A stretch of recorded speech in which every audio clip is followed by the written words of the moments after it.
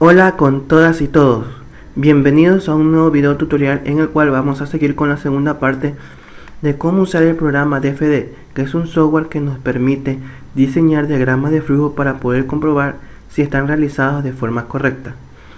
Antes que nada quiero mencionar en este video que el diagrama de flujo realizado anteriormente en el primer video tutorial no fue realizado por mí. Ahí cometí un error al decir que yo lo hice. Es por eso que procedo a enmendar mi error diciendo que este programa fue realizado en colaboración con la compañera Gemma Murillo, a la cual les pido disculpas. Ahora continuamos con nuestro video tutorial.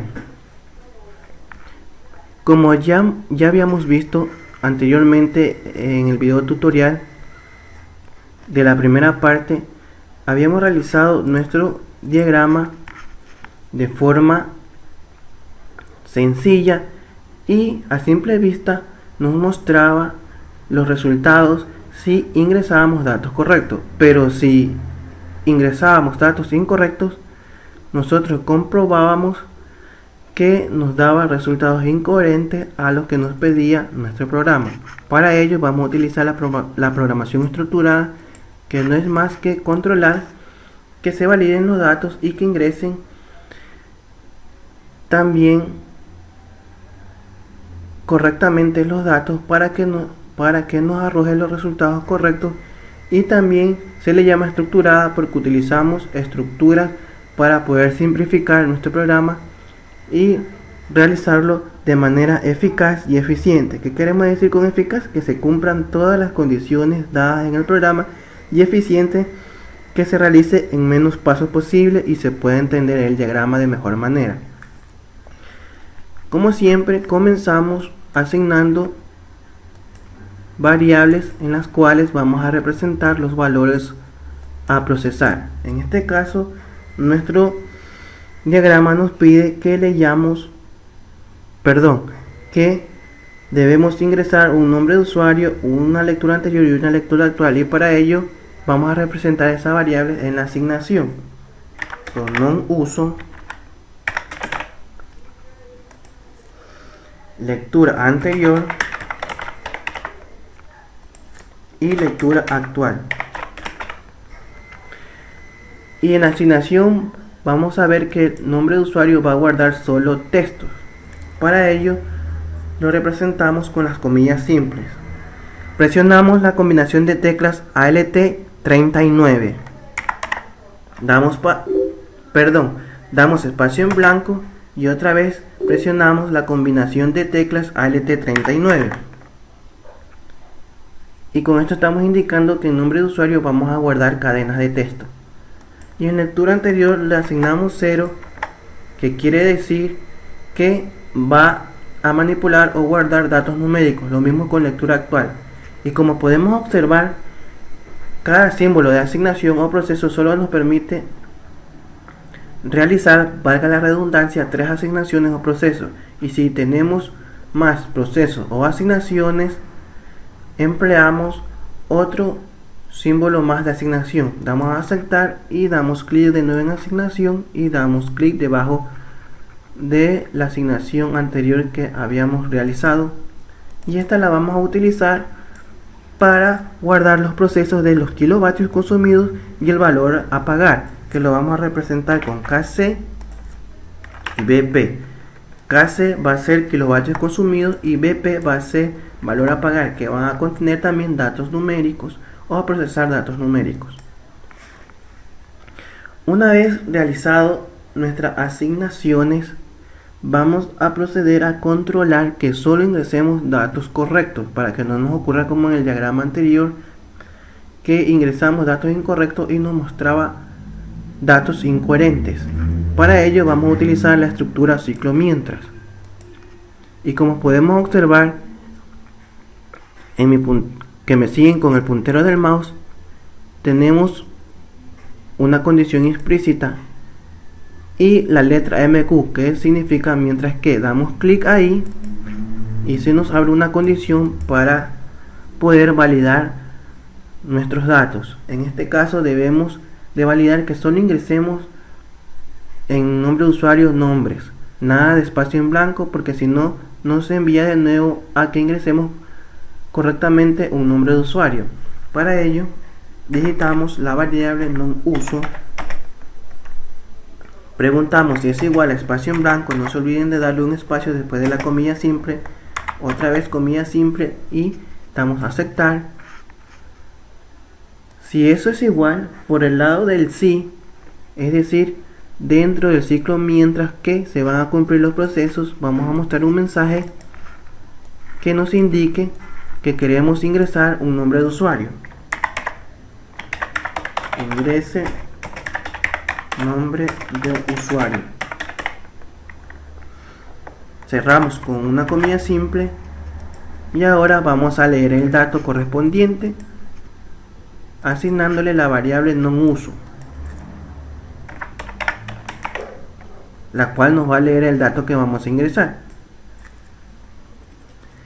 Para poder explicar esta parte nos vamos a un documento que tengo yo ya elaborado en Word, en la cual vamos a explicar el porqué de validar o estructurar nuestro programa o diagrama de flujo. Como vemos en el primer ejemplo, tenemos a simple vista que ingresamos lectura actual y lectura anterior y realizamos los procesos correspondientes.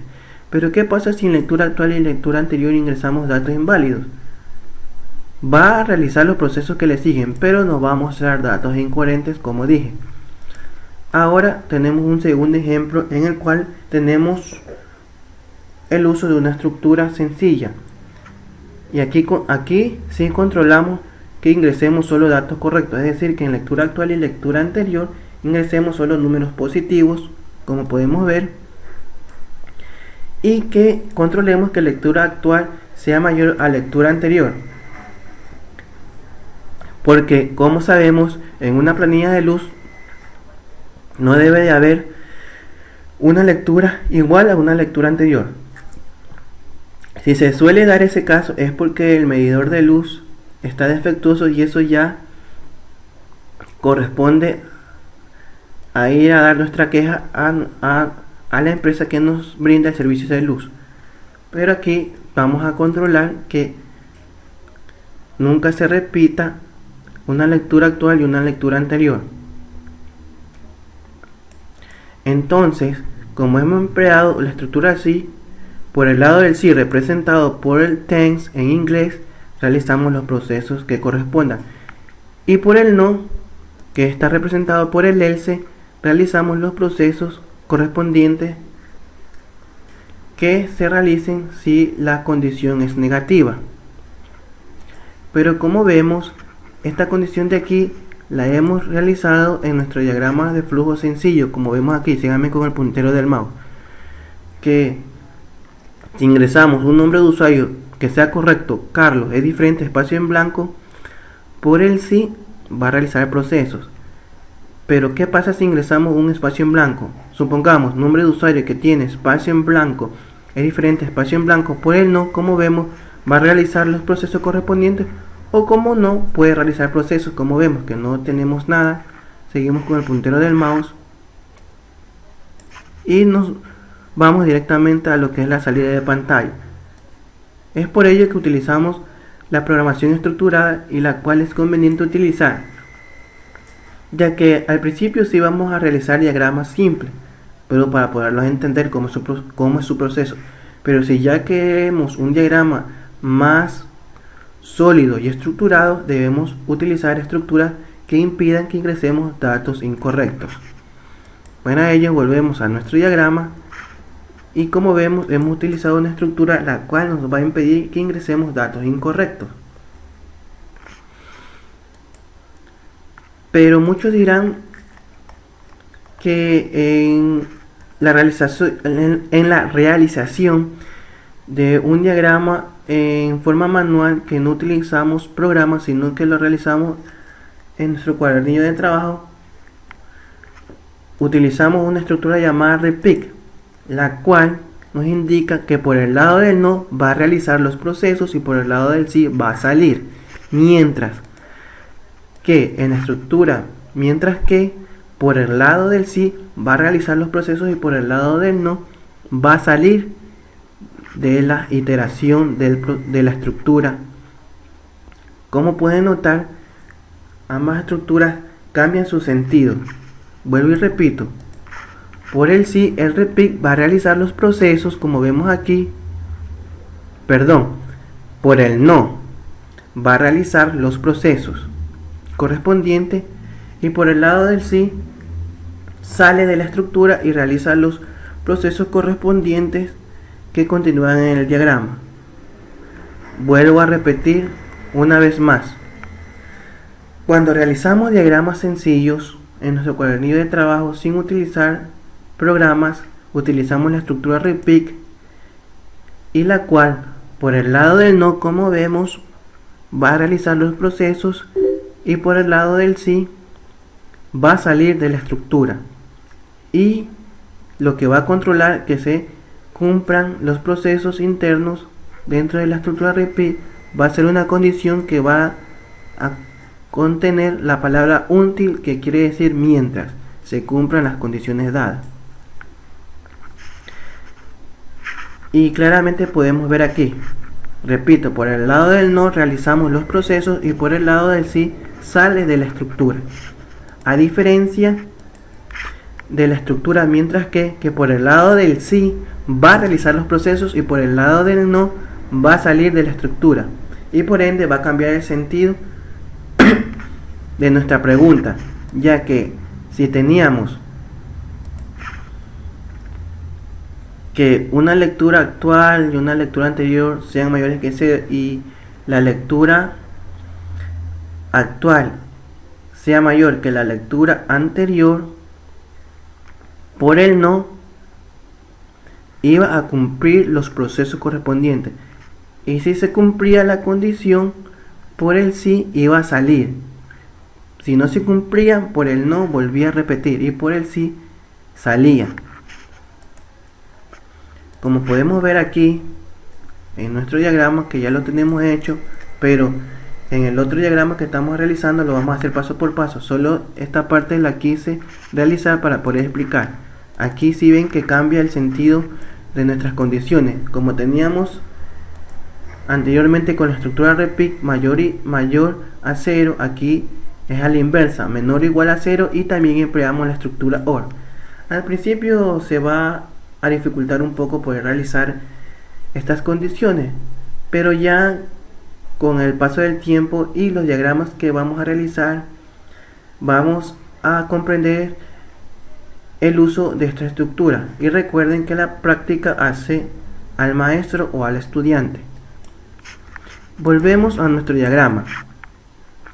Ahora nos pide que controlemos, que solo ingresemos datos válidos para la lectura anterior y lectura actual, y que también la lectura actual sea mayor a la lectura anterior. Para ello utilizamos de nuevo otra estructura mientras que y la ubicamos después del cierre, como vemos,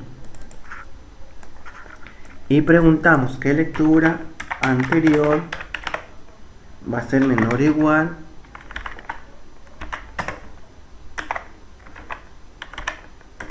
a 0 o lectura actual va a ser menor o igual a 0 o lectura actual va a ser menor o igual a lectura anterior.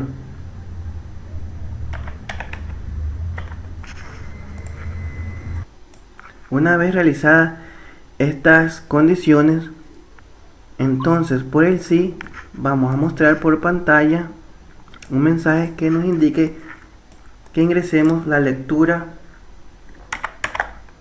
anterior.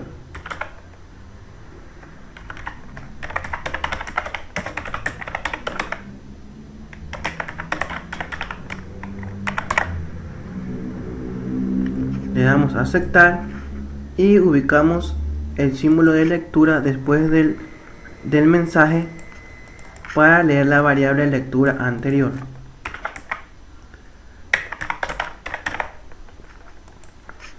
Y así hacemos igualmente con la lectura actual. Mostramos un mensaje y leemos la variable.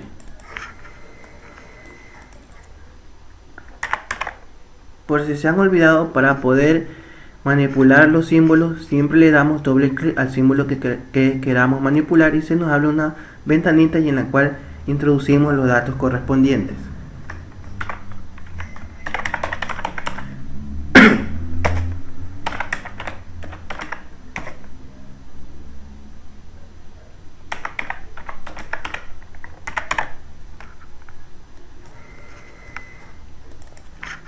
Ahora vamos a leer la variable lectura actual.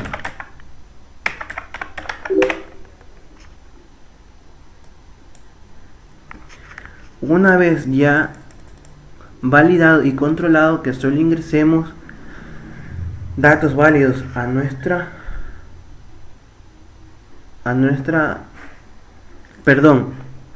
diagrama de flujo, vamos a calcular ahora los kilovatios consumidos. ¿Cómo hacemos eso? Restamos la lectura actual menos la lectura anterior. Para ello utilizamos un símbolo de asignación o proceso y lo ubicamos después del cierre. Damos doble clic y utilizamos la variable KC, que es kilovatios consumidos, y la cual va a contener el proceso de restar lectura actual menos lectura anterior. Y le damos a aceptar. Una vez que ya tenemos realizado nuestro proceso de los kilovatios consumidos, ahora debemos realizar las respectivas condiciones que nos indican cuánto vamos a pagar por los kilovatios consumidos. Para ello utilizamos el símbolo de condición. Siempre síganme con mi puntero del mouse para que no se pierdan, y lo ubicamos el símbolo de condición debajo del proceso que hemos realizado de los kilovatios consumidos, y se nos muestra un símbolo de condición que, como dije anteriormente en el video tutorial anterior de la primera parte, va a tener dos salidas, una del sí y una por el no. Aquí voy a mencionar algo que escuché en clases que había dicho cierto compañero, que debemos utilizar de forma correcta el sí y el no, ya que si lo ubicamos el sí del lado izquierdo y el no del lado derecho, va a estar desordenado, pero sí se va a cumplir nuestra condición. Pero eso no es cierto, ya que aquí en nuestro diagrama de flujo de datos, es decir, nuestro programa nos da la posibilidad de cómo queremos orientar nuestra condición. Si le damos doble clic, observamos que nos dice si la condición verdadera la queremos ubicar del lado derecho o del lado izquierdo. Por default viene por el lado derecho, como vemos aquí con mi puntero del mouse, pero si ubicamos del lado izquierdo va a ser en sentido contrario, que está correcto, sino que al momento de realizar los procesos debemos tener cuidado que por el sí ubiquemos los procesos que se va a realizar y por el no los procesos que corresponden a la parte negativa de la condición. Pero como siempre vamos a ubicar por el lado derecho el sí, ya que es una forma como vienen nuestros programas o diagramas ya establecidos. Ahora vamos a preguntar por la primera condición. Damos doble clic a la condición y ubicamos la variable kilovatios consumidos y preguntamos si es menor a 150. Entonces le damos a aceptar y por el lado del sí, si se cumple la condición, establecemos un proceso y ahora vamos a utilizar la variable VP, que es valor a pagar, y vamos a realizar el proceso que si es menor a 150 los kilovatios consumidos, esos kilovatios consumidos lo vamos a multiplicar por 0,15 centavos. Este proceso se puede realizar también de la siguiente manera, que es kilovatios consumidos por 15 y lo dividimos para 100. Pero aquí hay que tener en cuenta algo, que La jerarquía de signos nos indica que primero se va a realizar la división y después la multiplicación.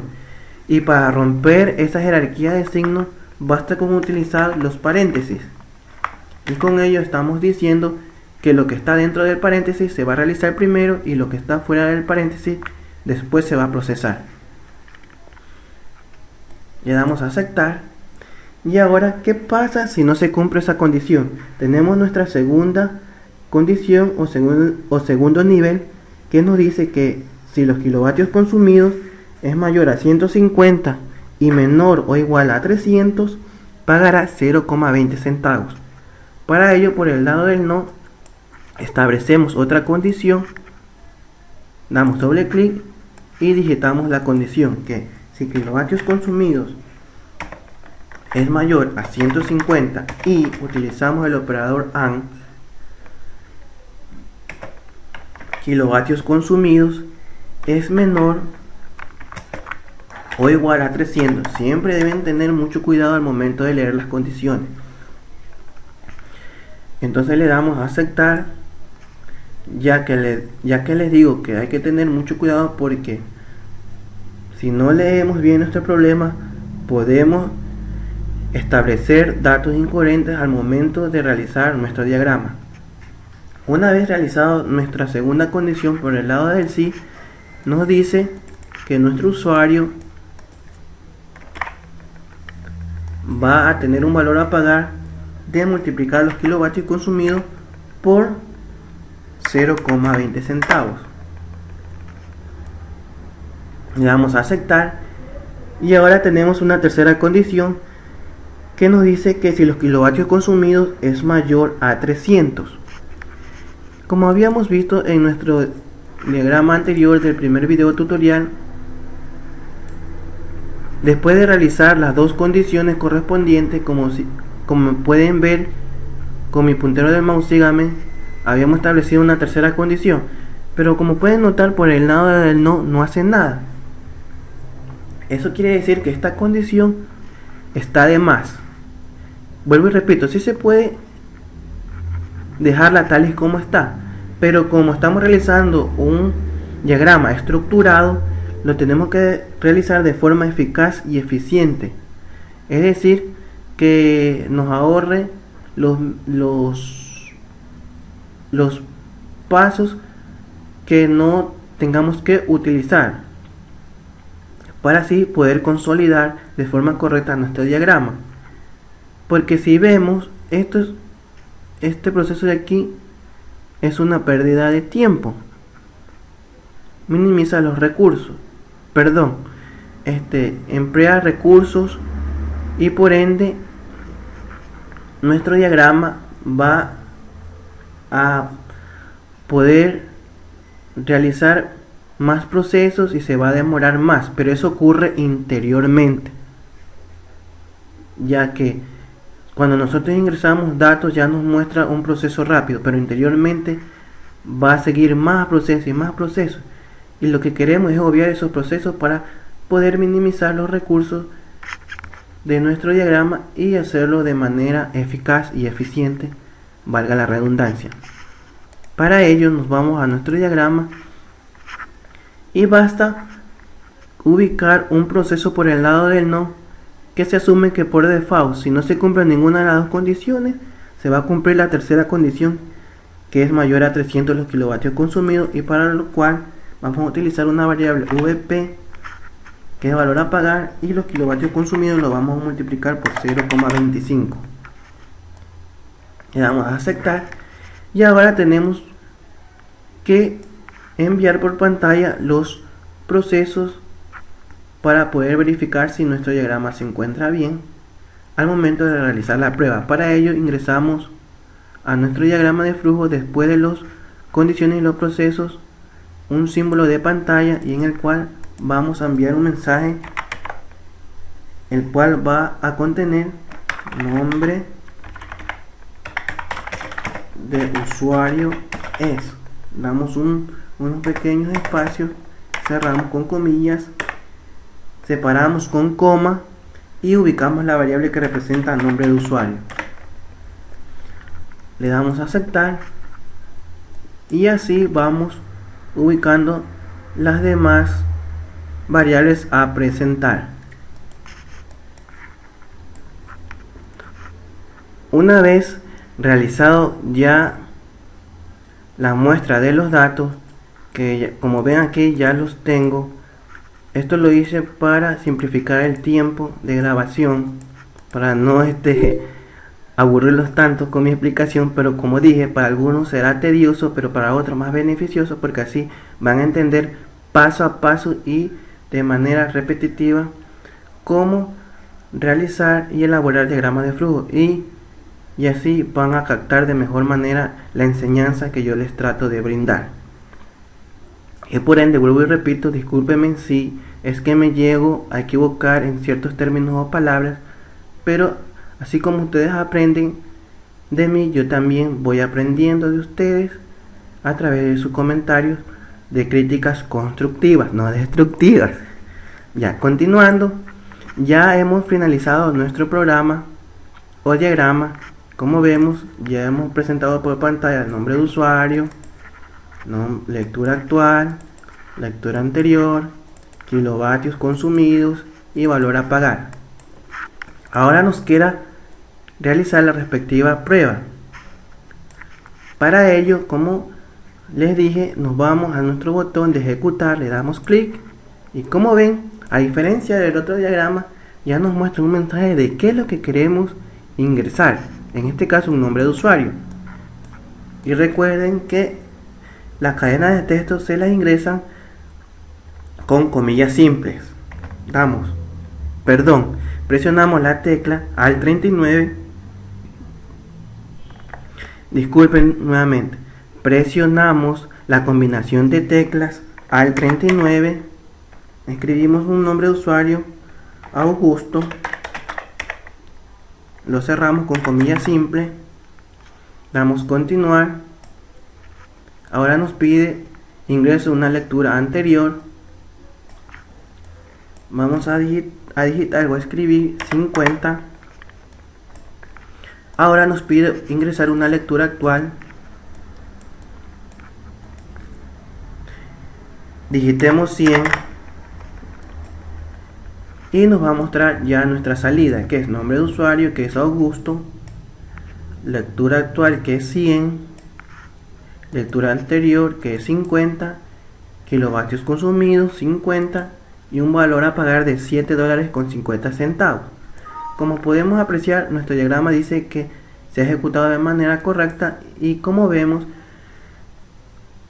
al momento de mostrar los datos nos muestra ya de una manera más clara y concisa y podemos interpretar de forma correcta nuestro diagrama, a diferencia del diagrama anterior en la cual, como pueden ver, mostrábamos todo agrupado y lo cual era antiestético y no se podía leer bien a simple vista lo que queríamos interpretar de nuestro diagrama de flujo de datos. Ahora vamos a realizar pruebas equivocándonos de manera intencional y para ver que nuestras estructuras controlan que esos errores no pasen por desapercibidos y que solo ingresemos datos correctos. Damos a ejecutar de nuevo, nos pide un ingreso de usuario, vamos a ingresar un espacio en blanco. Como dije, al 39 damos espacio con la barra espaciadora, al 39 damos continuar y como vemos nos vuelve de nuevo a pedir un ingreso de usuario porque debemos ingresar un nombre de usuario válido y eso nos va a seguir mostrando hasta que ingresemos, como dije, valga la redundancia, un nombre correcto. En este caso vamos a ingresar Ana. No se olviden que la cadena de texto va entre comillas. Damos continuar y como vemos ahora sí nos permite pasar a ingresar una lectura anterior. ¿Qué pasa si ingresamos 0 en lectura anterior y en lectura actual 0? Nos vuelve de nuevo a pedir que ingresemos una lectura anterior. Supongamos que ingresemos 50 en la lectura anterior y ahora en la lectura actual ingresemos un valor negativo de menos 68. De nuevo nos vuelve a pedir que ingresemos una lectura anterior y una lectura actual porque debemos controlar que solo se ingresen números positivos. ¿Y qué pasa si ingresamos una lectura anterior y actual igual? 60 y 60. De nuevo nos va a pedir que ingresemos lectura anterior y lectura actual, para lo cual está correcto, ya que solo nos va a permitir ingresar datos que sean válidos.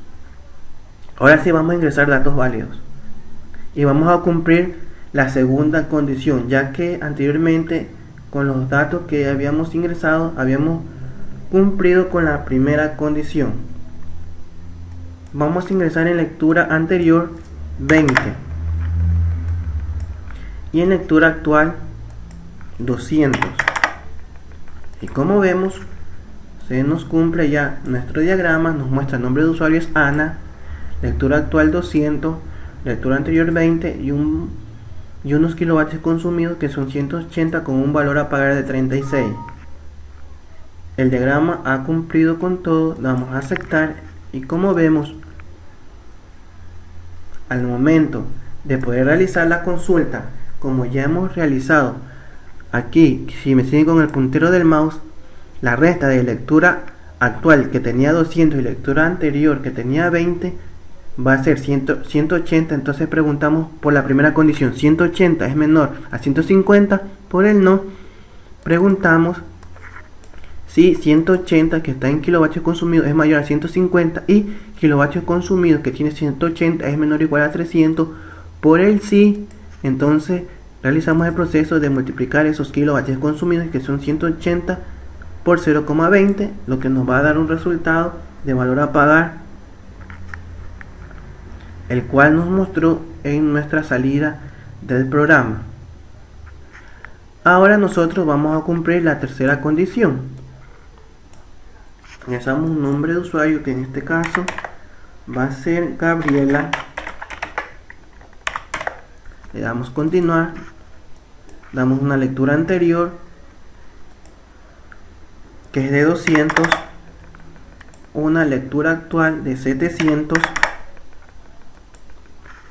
y como vemos nos muestra ya la salida, nombre de usuario Gabriela, lectura actual 700, lectura anterior 200, unos kilovatios consumidos de 500 y un valor a pagar de $125. Se ha realizado correctamente nuestro diagrama, y como vemos, me siguen con el puntero del mouse, hemos realizado la resta de lectura actual que tenía 700 y la lectura anterior que tenía 200, que nos va a dar kilovatios consumidos 500, y preguntamos por la primera condición, 500 ¿es menor a 150? No, por el no seguimos con mi cursor seguimos la flecha de flujo y preguntamos ahora por la segunda condición. Si kilovatios contenidos que tiene 500 es mayor a 150, verdadero, y kilovatios consumidos que tiene 500 es menor o igual a 300, falso. Y como vemos, hemos empleado una condición con el operador lógico AND, por lo cual nos dice que si tenemos un verdadero y un falso, la respuesta va a ser falsa. Entonces por el no seguimos con mi puntero del mouse el flujo de datos y procedemos a realizar los kilovatios consumidos, que en este caso es 500, lo multiplicamos por 0.25 y se nos va a guardar un valor en VP, que es valor a pagar de $125, que es la tercera condición, que por default ya no es necesario ubicarla, porque si no se cumplen las dos condiciones, por defecto, valga la redundancia, se va a cumplir la tercera condición, que es mayor a 300. Y así hemos comprobado que nuestro diagrama está correctamente realizado de una forma estructurada, y la cual nos permite solo ingresar datos válidos. Como vemos aquí, también quería recalcar, en este ciclo mientras tenemos tres condiciones. A esto se le llama condiciones compuestas, que más adelante se explicará. Solo les quiero acotar que si utilizamos una sola condición, como en el primer mientras que, es una condición simple, pero si ya utilizamos dos o más tres condiciones, se llama condición compuesta. Esto es todo por el momento en esta clase de lo que se trata de cómo usar nuestro diagrama de flujo de datos. Antes de terminar, les quiero enseñar que si queremos guardar nuestro diagrama, nos vamos a nuestro botón, me siguen con el puntero del mouse, que simboliza a guardar por medio de un disquete. ¿Sí ven? Pero cuando digo disquete es la manera de representar el guardar, ya que los disquetes ya no se utilizan en esta época, ya finiquitaron esos medios de almacenamiento. Esto lo saqué a relucir porque no está de más siempre empaparnos de ciertos temas. Bueno, ahora volviendo a nuestro diagrama, también lo podemos guardar ubicándonos en archivo y le damos guardar como, y se nos abre una ventanita y en la cual tenemos las unidades, me siguen con mi puntero del mouse, las que tenemos disponibles en nuestra computadora, y ubicamos la dirección donde lo queremos guardar, que en este caso yo tengo puede ser en cualquier carpeta, como vemos aquí. Yo la voy a guardar en bases, y aquí donde dice nombre de archivo, me siguen con mi puntero del mouse y yo sombreo, vamos a darle un nombre, que en este caso sería planilla de luz, y le damos a aceptar, y se nos acaba de guardar nuestro diagrama de flujo. Y si queremos realizar un nuevo diagrama, basta con ir al icono o al botón que dice nuevo, como ven con mi puntero del mouse, y se nos abre una nueva área de trabajo, siempre mostrándonos el símbolo de inicio y fin. Ahora, si queremos abrir un programa de FD, no lo vamos a poder abrir directamente. Es decir, si nos vamos a nuestra ubicación en nuestra computadora donde guardamos nuestro programa, en este caso yo lo guardé en la carpeta bases, y aquí está nuestro programa, dice planilla de luz. Le damos doble clic, nos va a salir que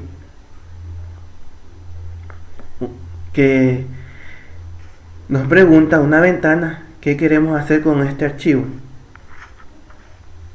Para ello damos cancelar, y siempre, vuelvo y repito, para poder abrir un diagrama de flujo tenemos que abrir primero nuestro programa. Una vez abierto nuestro programa, como tenemos aquí, nos vamos a lo que es archivo, o si no, al icono que está aquí de esta carpetita, me siguen con el puntero del mouse, que es abrir,